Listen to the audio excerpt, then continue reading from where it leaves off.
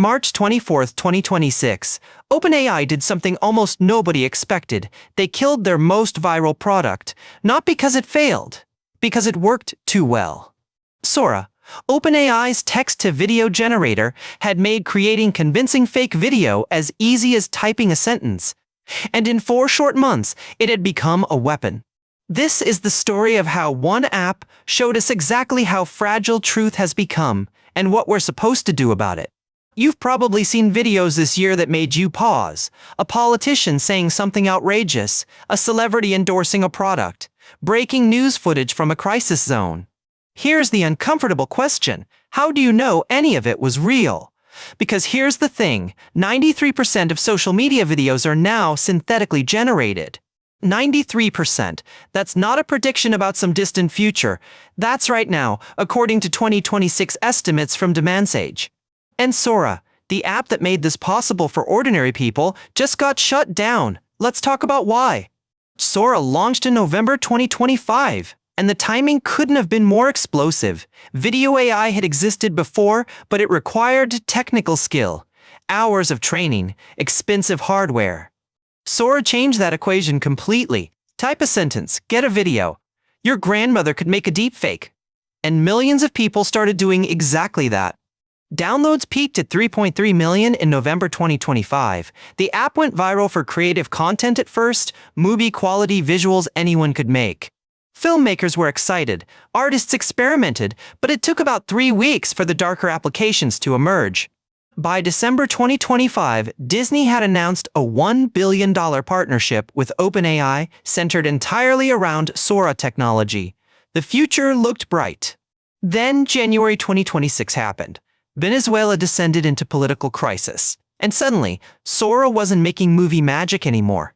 AI-generated videos began flooding social media, showing Venezuelan citizens supposedly celebrating, cheering for one faction or another. The footage looked completely authentic, except none of it was real. These were synthetic crowds, manufactured protests, digital puppets dancing to someone's agenda, and they went viral before anyone could verify them. The Venezuela fakes were just the beginning. In early 2026, a deepfake video of the Bombay Stock Exchange CEO went viral, sharing fake stock tips that sounded completely legitimate. The exchange had to issue emergency warnings. By then the damage was done. Real money, lost to a video that never actually happened. And it wasn't just financial markets. During Ireland's 2025 presidential election, a deepfake video showed the eventual winner supposedly withdrawing his candidacy. The video spread across WhatsApp groups and Facebook pages. It looked real. It sounded real. But it was pure fabrication, designed to suppress votes for a legitimate candidate.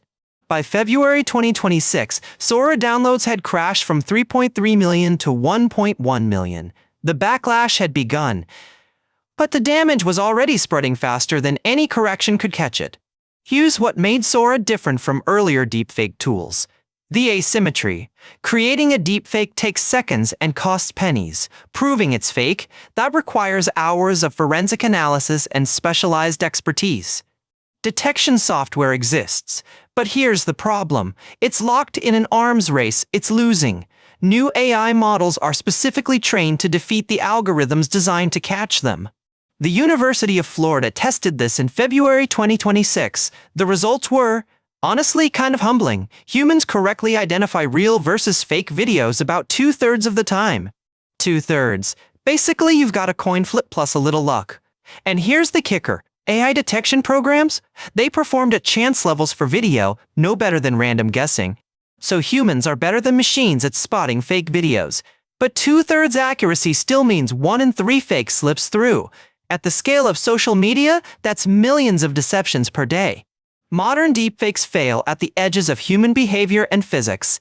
They struggle with the tiny, unconscious things we do without thinking. Micro-movements, biological quirks, physical interactions. So what can you actually look for? The tells are getting subtler every month. But right now, there are still cracks in the facade. Unnatural blinking is still a giveaway. Real humans blink irregularly, some quick, some slow, rarely synchronized. Deepfakes often get this rhythm wrong. Watch the eyes. Inconsistent shadows are another red flag. Real light follows physics. When someone's face is lit from the left but their hair shadow falls the wrong direction, something's off. And here's an odd one. Watch jewelry.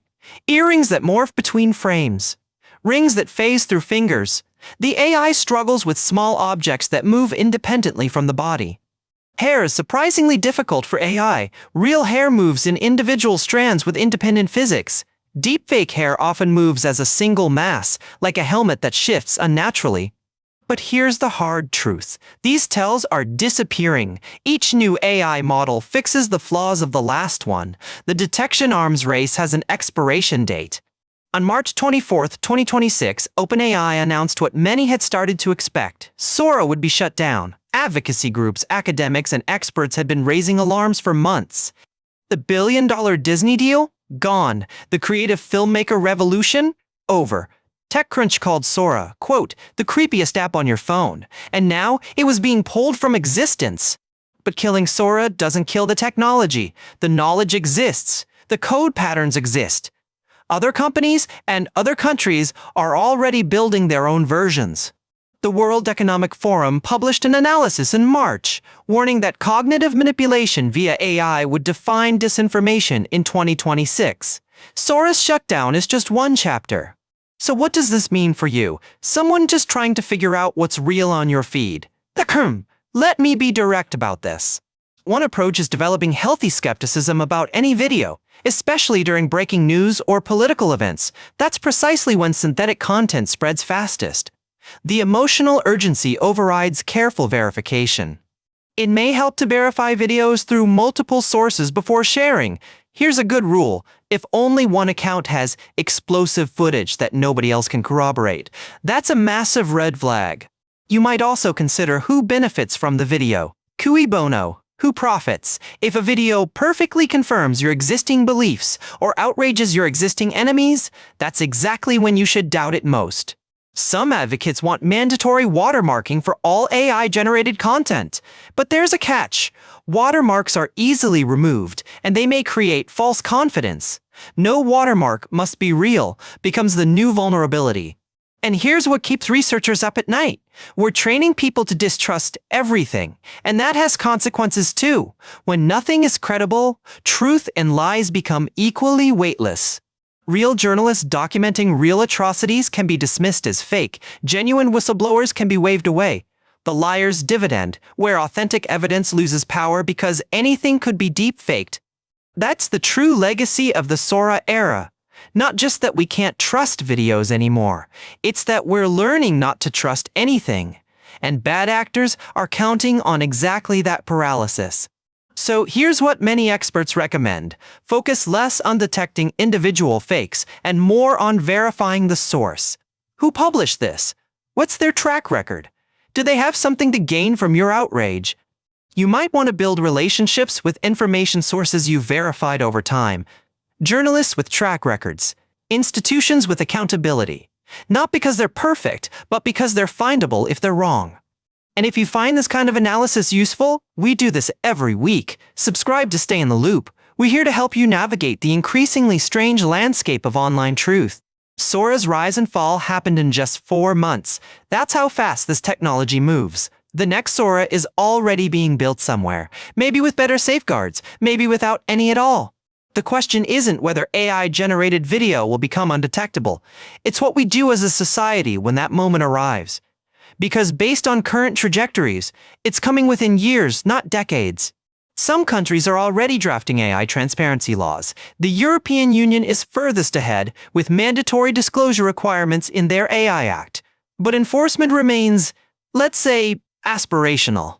And enforcement across borders, even more complicated. A deepfake created in one jurisdiction, spreading across platforms headquartered in a second, targeting voters in a third, whose law applies. This is why Sora's shutdown matters beyond Sora itself. It forced a conversation that the tech industry had been avoiding. What responsibility do you bear when you build something that can manufacture reality? OpenAI's official statement cited deepfake concerns, but insiders say the legal exposure had become untenable. When your product enables defamation at scale, the lawsuits write themselves. Disney's $1 billion couldn't save it. The creative potential couldn't outweigh the destructive reality, and that's perhaps the hardest lesson of all. Sora is gone, but the era it represented, where anyone can create convincing video of anything, is just beginning. The tools will spread, the quality will improve, the detection will lag behind. Our job now, collectively, is to figure out new systems of trust that don't depend on what we can see with our own eyes, because what we can see might not be what actually happened. What Sora taught us isn't just that technology can fake reality, it's that trust is infrastructure, and we've been neglecting it for too long. Time to start rebuilding.